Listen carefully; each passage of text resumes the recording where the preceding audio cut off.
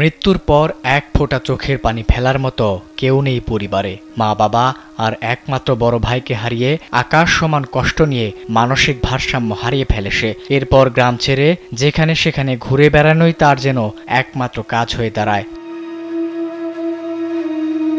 ছাত্রলীগ নেতাসহ ঢাকা বিশ্ববিদ্যালয়ের একদল শিক্ষার্থীর গণপিটুনিতে বৃহস্পতিবার নিহত হন মাসুদ কামাল তোফাজ্জল। শুক্রবার সকালে বরগুনার পাথরঘাটার তালুকের চরদুয়ানি গ্রামে অনুষ্ঠিত হয় তার জানাজা, যাতে অংশ নেন দূর দূরান্ত থেকে আসা অসংখ্য মানুষ।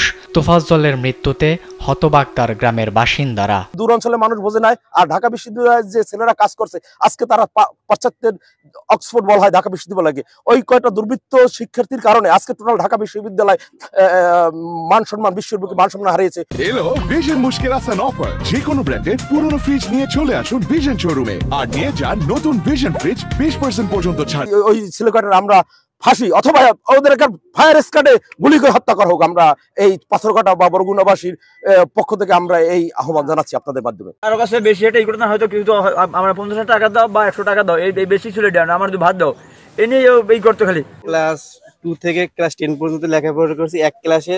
আমরা সবাই একই ছাত্র ছিলাম, একই ব্যাচের। ও ছিল কমার্সের ছাত্র, খুব যথেষ্ট ভালো ছিল এবং সে এই ধরনের কাজ চুরি কোনোদিন করতে পারে না এবং আমরা এর সুষ্ঠু বিচার চাই। মূলত তোফাজ্জল আমার ক্লাস 6 থেকে 10 পর্যন্ত ছাত্র ছিলেন, অত্যন্ত ভালো এবং বিনয়ী। এই ছাত্রের জন্য আপনারা সবাই দোয়া করবেন।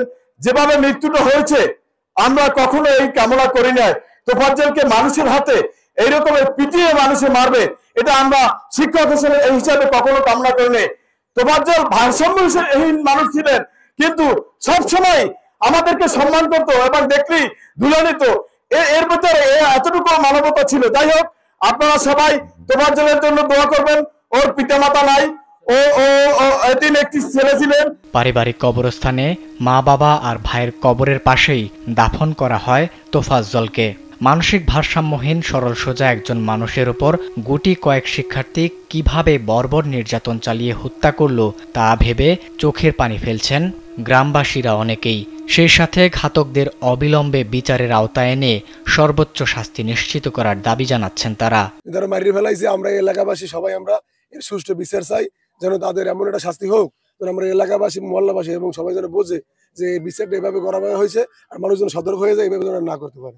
তোফাজ্জল খুব ভালো মানুষ, ও ভালো। ও হয়তো মা বাবা মারা গেছে, ভাই মারা গেছে, ব্রেন একটু আউট, ঠিক আছে, এজন্য তো তারে মারি ফেলান যাবে না। হয়তো করতেই পারে সামান্য কিছু, হয়তো কারো কাছে টাকা চায় 50 টাকা, কারো কেউ ভাত খাওয়ায়, এবার হয়তো সেজন্য তারে মারি ফেলান যাবে না।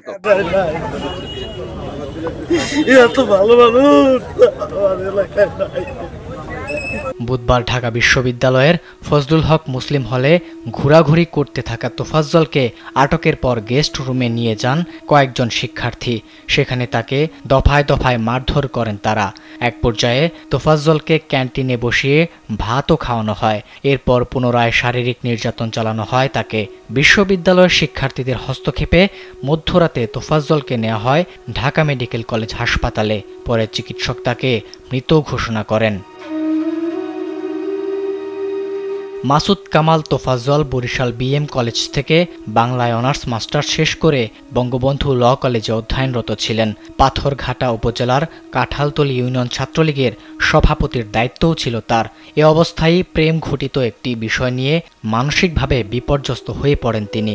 এরপর অল্প সময়ের ব্যবধানে মা বাবা ও একমাত্র বড় ভাইয়ের মৃত্যুতে পুরোপুরি মানসিক ভারসাম্য হারায় তোফাজ্জল।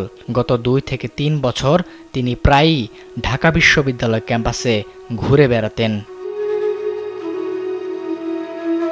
আবিদ হাসান, কালবেলা।